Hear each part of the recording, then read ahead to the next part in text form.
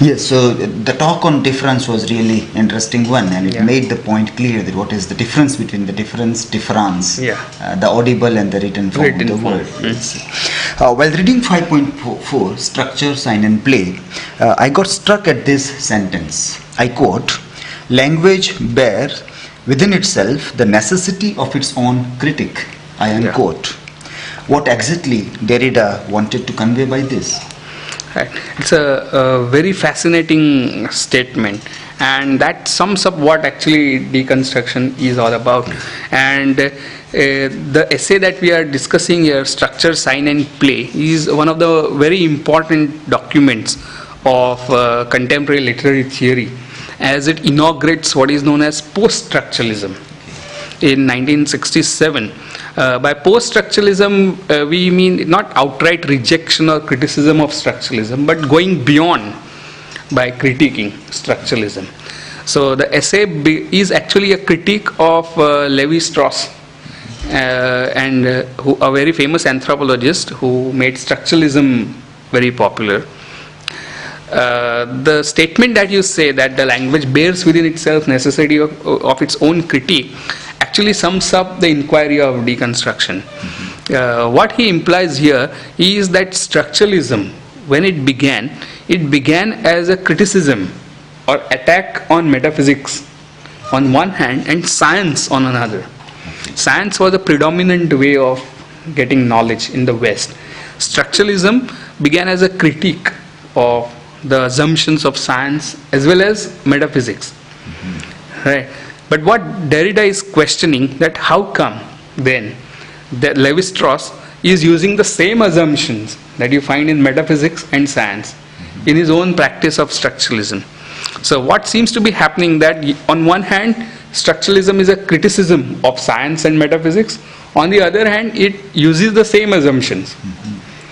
And he talks about similar cases that have happened in the past. For example, how Nietzsche criticizes the earlier tradition of Western philosophy, and then Heidegger says that Nietzsche is the last metaphysician. Right? And then how Derrida actually critiques Heidegger, saying that Heidegger is the last metaphysician. So what is happening is the criticism that is being levied against tradition uses the same assumption that tradition is using. So what happens is that criticism can never go outside of tradition. It has to work within the inherited legacy of that tradition. And that happens because Derrida says it's because of the language. Because language contains all the assumptions coded into it. And as we saw in our discussion on difference, that the ultimate final meaning can never be grasped. It can only be promised and deferred. So what happens that whenever you make a philosophical statement, the ultimate meaning is already postponed. It's never there for you to take. So what happens, that difference makes ultimate interpretation or finality impossible. So what happens that when a philosopher sets out to critique another system, he is using the same language. And when you are using the same language, you are using the same ideas and assumptions. And that is why he says that structuralism falls prey to what it wants to prey upon. That is science and metaphysics. So similar case you might think of, say for example in Buddhism, which sets out as a critique of Vedanta. Right? Actually ends up sounding more like Vedanta. Right? So whenever you start critiquing something, you start resembling that thing which you set out to attack. And why this happens according to Derrida is because of the language.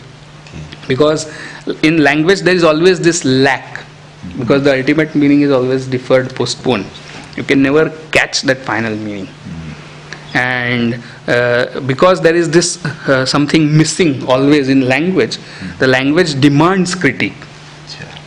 So any philosophical statement will always contain a blind spot which asks for a criticism. And that applies as much to deconstruction also. So deconstruction also falls prey to metaphysics, as Derrida says, and that's why deconstructive writing are most of the time autocritical. It questions itself ongoingly. Because when you question Western tradition, you are also questioning yourself. So it's self-critique, autocritique that it happens. So that is what the term, the statement implies. Okay. Thank you. Thank you for explaining. Thank you. Thank you.